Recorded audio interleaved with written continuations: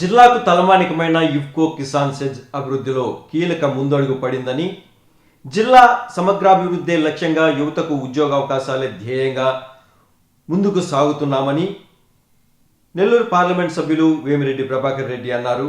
ఇఫ్కో కిసాన్ సెజ్లలో పరిశ్రమలు తెచ్చేలా ప్రయత్నాలు మొదలుపెట్టామని ఆయన తెలియజేశారు.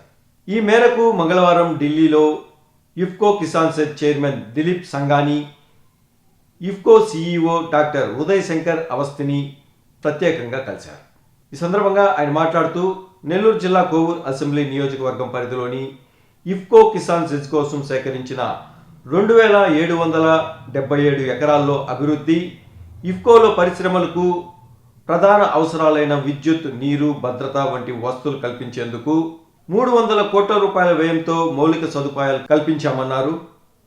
జిల్లాలో నైపుణ్యాలున్న యువతకు కొరత లేదని, ఇఫ్కో సెజ్ పరిశ్రమలు ఏర్పాటైతే జిల్లాలో వేలాది మంది యువతకు ఉద్యోగావకాశాలు కలిసి వస్తాయని ఆయన పేర్కొన్నారు.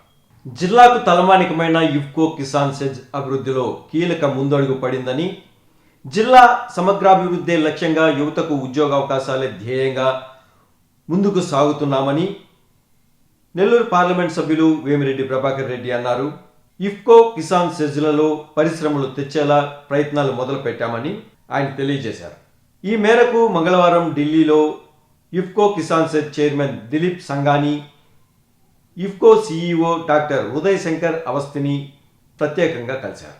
ఈ సందర్భంగా ఆయన మాట్లాడుతూ, నెల్లూరు జిల్లా కోవూరు అసెంబ్లీ నియోజకవర్గం పరిధిలోని ఇఫ్కో కిసాన్ సెజ్ కోసం సేకరించిన 2777 ఎకరాల్లో అభివృద్ధి, ఇఫ్కోలో పరిశ్రమలకు ప్రధాన అవసరాలైన విద్యుత్, నీరు, భద్రత వంటి వస్తువులు కల్పించేందుకు 300 కోట్ల రూపాయల వ్యయంతో మౌలిక సదుపాయాలు కల్పించామన్నారు. జిల్లాలో నైపుణ్యాలున్న యువతకు కొరత లేదని, ఇఫ్కో సెజ్ పరిశ్రమలు ఏర్పాటైతే జిల్లాలో వేలాది మంది యువతకు ఉద్యోగావకాశాలు కలిసి వస్తాయని ఆయన పేర్కొన్నారు.